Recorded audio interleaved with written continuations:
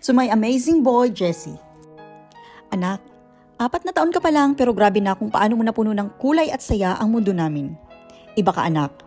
In your own little world na puno ng giggles, surprises at mga moment na minsan lang namin maintindihan pero palagi naming minamahal. Yes anak, you have autism. Pero alam mo ba, you also have magic.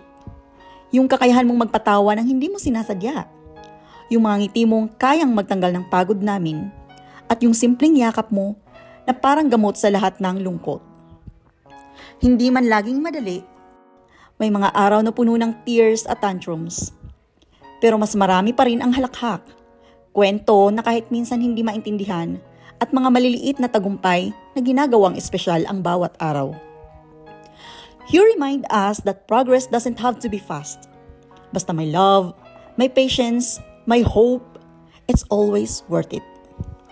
Anak, thank you for teaching us how to see the beauty in the simplest things.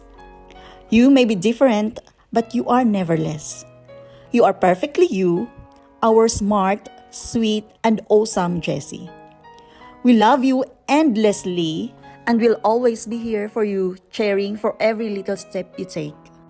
Keep shining, my boy. The world needs your light. Hindi madali maging magulang ng batang may ASD, pero napakalaking ginhawa sa puso kapag may mga taong nakakaintindi at may konsiderasyon sa sitwasyon namin. Yung hindi agad humuhusga, yung marunong umintindi kahit hindi nila lubos na uunawaan.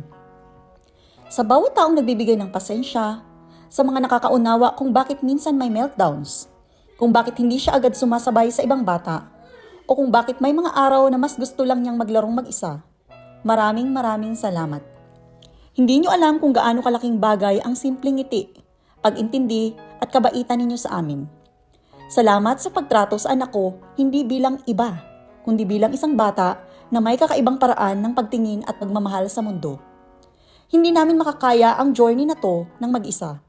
Kaya bawat taong may puso, may malasakit, at may empathy, deserve ng malaking thank you mula sa aming mag-ina. Minawas na rin niya, be. Oh, Wash more? marunong naman yan. Napipaint sila sa school. Hindi, minawas na rin niya ba? Good job. Oh, look at this, Jessie. Oh. You have a lot. Painting! Nagpa-painting si Jessie at si Ate Angel dito sa backyard. Look at that. Oh, You you can can choose. One for in. Is that an Oh my apple? God, pinaghalo mo na yung blue. Saan at gumawa red. ng apple? Ako. Ay, kala ko siya. Not on your finger. Four. Eh, nagpipin siya sa nagpipin niya. Let's see. Blue. This is for your green. This is for your blue. This is for your red. That's for your blue. Sige, sa red na lang. That's for your blue. Red. This is for your red. This is for your blue. This is for your blue. This is for your green. Blue yan. Oh, blue yan. This is for your orange. This is for your yellow.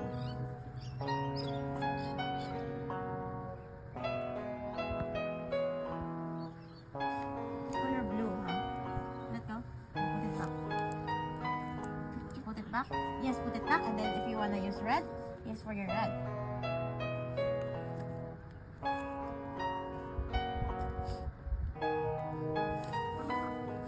Mama finger. Is that your mama finger?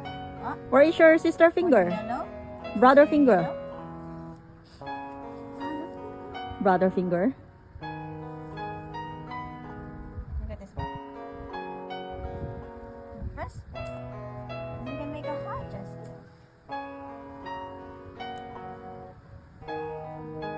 This is for your green. And this is for your green. Yeah, Jesse, green.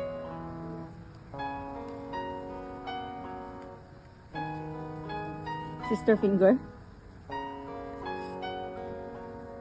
Orange, orange. Go.